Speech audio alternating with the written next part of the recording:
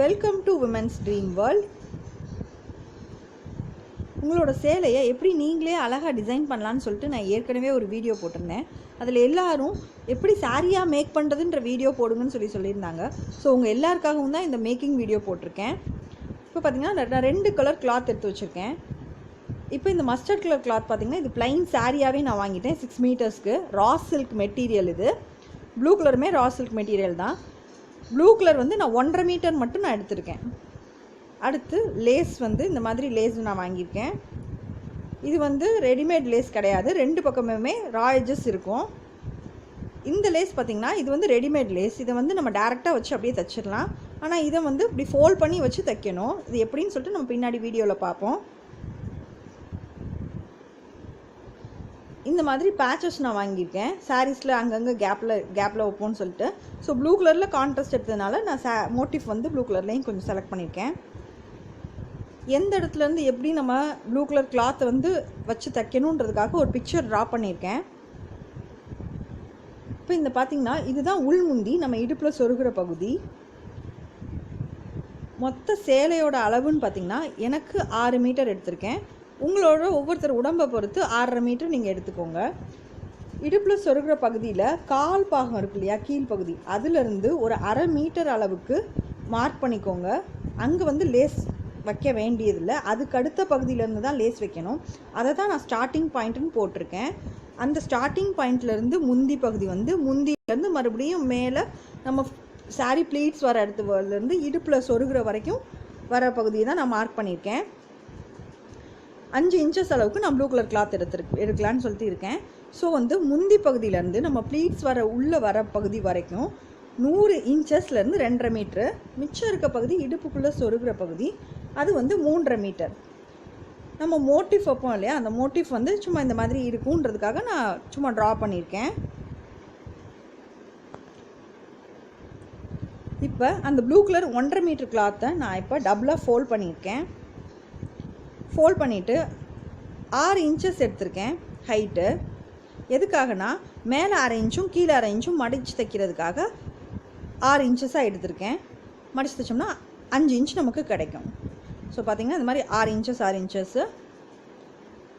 இதே மாதிரி நம்மளுக்கு 9 மீட்டர் வரைக்கும் வேணும். ஸோ 1.5 மீட்ரு, 3 மீட்ரு, 4.5 மீட்டர்னு சொல்லிட்டு பார்த்திங்கன்னா கடைசி 9 மீட்டர்ஸ் அளவுக்கு நான் ட்ரா பண்ணி வச்சுருக்கேன், கோடு போட்டிருக்கேன். இப்போ இந்த லைனில் கட் பண்ணி எடுத்துக்கலாம். கட் பண்ணதுக்கப்புறம் பார்த்திங்கன்னா இந்த மாதிரி இருக்கும்.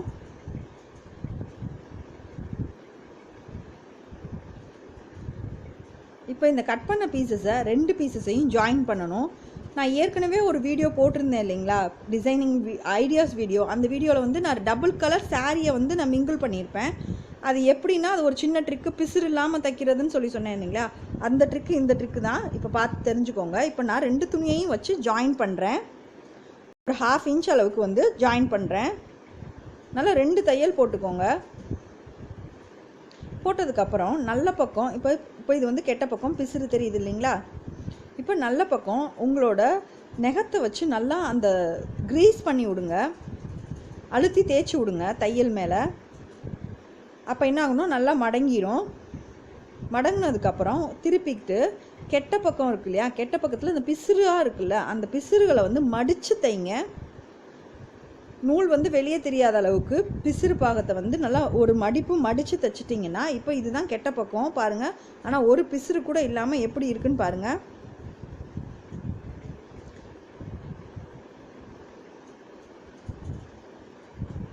இப்போ இது நல்ல பக்கம். நல்ல பக்கம் பார்த்திங்கன்னா ஒரு தையலும், பின்னாடி பார்க்குறப்ப 2 தையலும் இருக்கும்.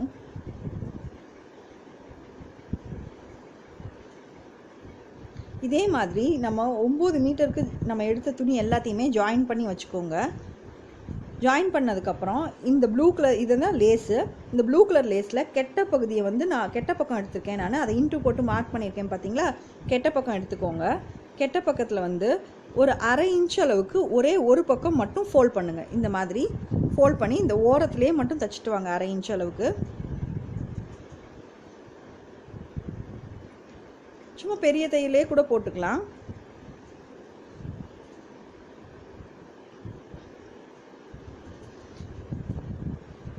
இந்த மாதிரி பெரிய தையலாக கூட இருக்கட்டும், ஒன்றும் பிரச்சனை இல்லை.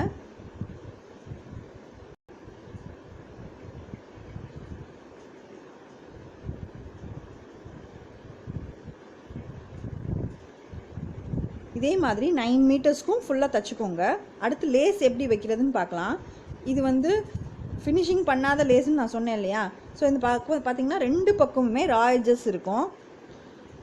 இப்போ அந்த மேலே 1/2 இன்ச் தைச்ச பக்கம் இருக்கு இல்லைங்களா, அதை நல்ல பக்கம் எடுத்துட்டு நம்ம லேஸோட நல்ல பக்கத்தைய மேலாப்பில் வச்சு அடியில் மடித்து அந்த ஏற்கனவே தைச்ச பகுதி மேலே வச்சு தைங்க.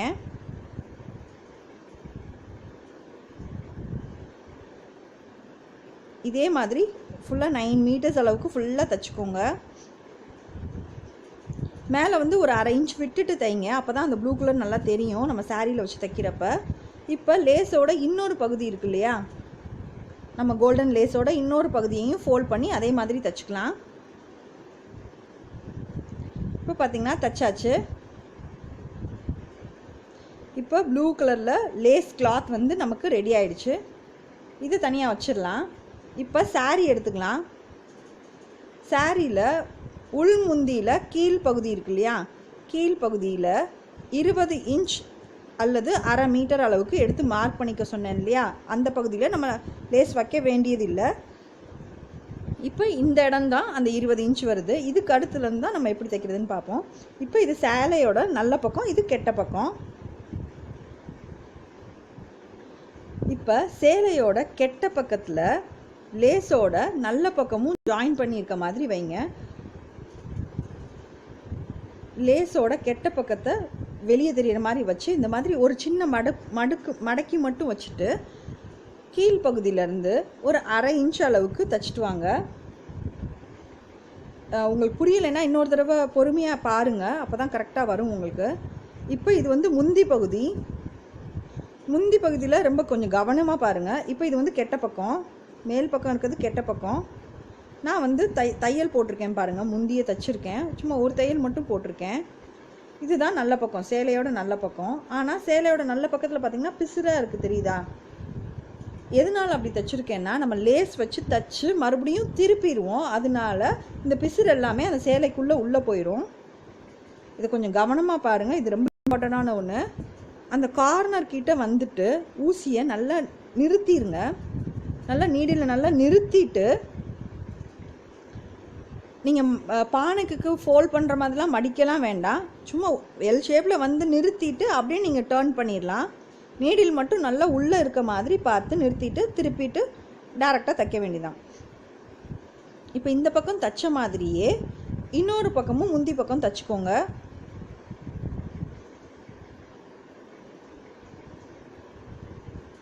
இது தைச்சது எப்படி இருக்குன்னா இந்த மாதிரி தான் இருக்கும். என்னடா இப்படி இருக்கேன்னு சொல்லிட்டு நீங்கள் பயப்பட வேண்டாம். அதை எப்படி ஃபோல்ட் பண்ணுறதுன்னு நம்ம பின்னாடி பார்ப்போம். இப்போ எப்படின்னு பார்க்கலாம். இப்போ சாரியோட இந்த பகுதி இருக்கு இல்லையா, அதை நான் திருப்பிட்டேன். இப்போ மேலே இருக்க பக்கம் நல்ல பக்கம்,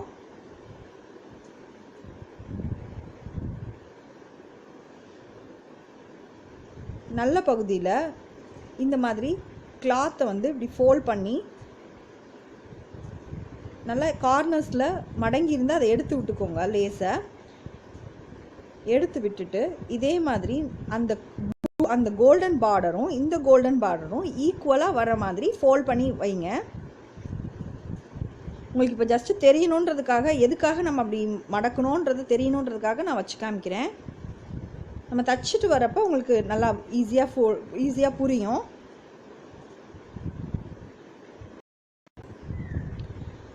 இப்போ ப்ரெஸ்ஸிங் ஸ்டிச் போடணும், அதாவது அமுக்கடின்னு சொல்லுவாங்க இல்லையா, அமுக்கு தையல்னு சொல்லுவாங்க, அது போடணும். இப்போ லேஸை வந்து விரிச்சுக்கோங்க. சாரீ பக்கத்தில் உழுகிற மாதிரி பாருங்கள், ப்ளூ கலர் கிளாத்தில் உழுகிற மாதிரி வேண்டாம். இப்போ விரித்து சாரீ கிளாத்தில் ப்ரெஸ்ஸிங் ஸ்டிச் போடுற மாதிரி போட்டிங்கன்னா வெளியே வந்து தையலே தெரியாது. இப்போ பார்த்திங்கன்னா ஃபினிஷிங் பண்ணப்போ இப்படி இருக்குன்றதை பார்ப்போம். இப்போ ப்ரெஸ்ஸிங் ஸ்டிச் ஃபுல்லாக போட்டாச்சு. போட்டதுக்கப்புறம் நம்ம ஒரு மடக்கி தைச்சோம் இல்லைங்களா, பிசுறு தெரியாமல் இருக்கிறதுக்காக லேஸோட ஸ்டார்டிங் பாயிண்ட் அந்த பகுதியை ஃபோல்ட் பண்ணி அங்கேருந்து இப்படியே தைச்சிட்டே வந்து இந்த மேல் பகுதியில் அப்படியே தைச்சிட்டே போக வேண்டியதான்.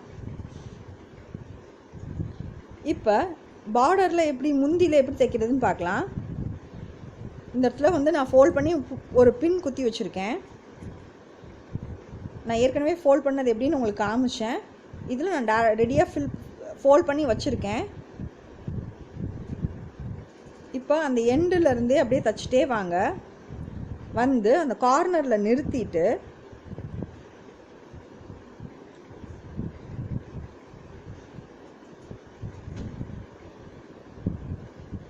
இங்கேருந்து அப்படியே இதே மாதிரியே இந்த பக்கம் தைச்சிட்டு மறுபடியும் இங்கிட்டு வந்துட்டு இப்படியே தைச்சிட்டே போயிட வேண்டியதான்.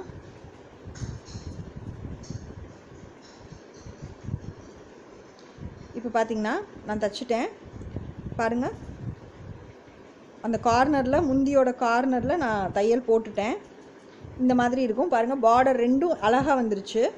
அதுக்கப்புறம் அதே மாதிரி டேர்ன் பண்ணிவிட்டு இன்னொரு முந்தி பகுதி இருக்கு இல்லையா, அந்த பகுதியிலையும் இதே மாதிரி தைச்சிட வேண்டியதான்.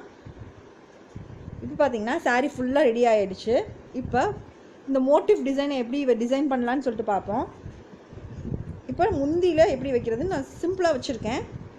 உங்களோட க்ரியேட்டிவிட்டி, உங்களுக்கு கிடைக்கிற மோட்டிவை வச்சு நீங்கள் இன்னும் அழகாக டிசைன் பண்ணிக்கலாம்.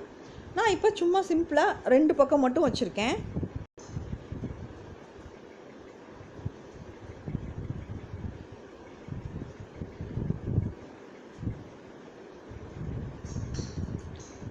இப்போ மோட்டிவ் வச்சதை சுற்றி தையல் போட்டுக்கலாம்.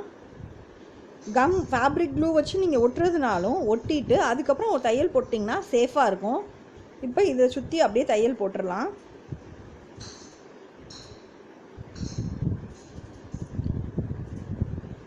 ஃபேப்ரிக் க்ளூ வச்சு யூஸ் பண்ணுறீங்கன்னா 24 hours ட்ரை பண்ண விட்டுட்டு ரிவர்ஸில் திருப்பி அயர்ன் பண்ணிடுங்க. இப்போ நான் தையல் போட்டாச்சு ஃபுல்லாக. இதே மாதிரி சாரீ ஃபுல்லாக அங்கங்கே நான் மோட்டிவ் வச்சுட்டேன். இப்போ ஒரு சின்ன சாம்பிளுக்காக இந்த மாதிரி மோட்டிஃபே நீங்கள் 3 வச்சிங்க அப்படின்னா இந்த மாதிரி டிசைன்ஸ் கிடைக்கும். உங்களோட க்ரியேட்டிவிட்டியை பொறுத்து நீங்கள் மாற்றிக்கலாம். நான் இந்த மாதிரி சிம்பிளாக தான் வச்சுருக்கேன். இப்போ சாரீ பார்த்திங்கன்னா ரெடி ஆகிடுச்சு. இது முந்தி பகுதி.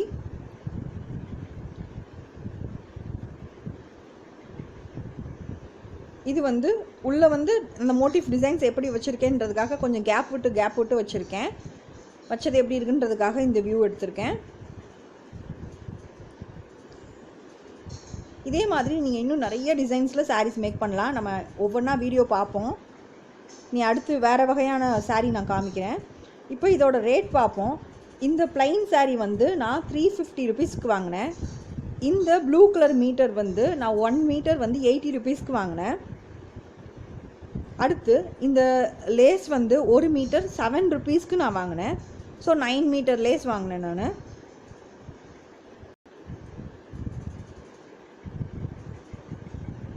அடுத்து பார்த்திங்கன்னா இந்த மோட்டிவ் டிசைன் வந்து ஒரு மோட்டிவ் வந்து 5 rupeesக்கு நான் வாங்கினேன். உங்களுக்கு எத்தனை மோட்டிவ் வேணுமோ நீங்கள் அதுக்கேற்ற மாதிரி வாங்கிக்கோங்க. இந்த வீடியோ உங்களுக்கு பிடிச்சிருந்தா லைக் பண்ணுங்கள், ஷேர் பண்ணுங்கள். உங்கள் ஃப்ரெண்ட்ஸ்க்கும் கொஞ்சம் உபயோகமாக இருக்கும். உங்களோட டவுட்ஸை கமெண்ட் பண்ணுங்கள். இது வரைக்கும் சப்ஸ்கிரைப் பண்ணாதவங்க கொஞ்சம் சப்ஸ்கிரைப் பண்ணிக்கோங்க. உங்கள் கனவுகள் நனவாகட்டும். மேலும் பல சுவாரஸ்யமான புதுமையான வீடியோக்களுடன் உங்களை சந்திக்கின்றேன். என்னோடய வீடியோவை ரொம்ப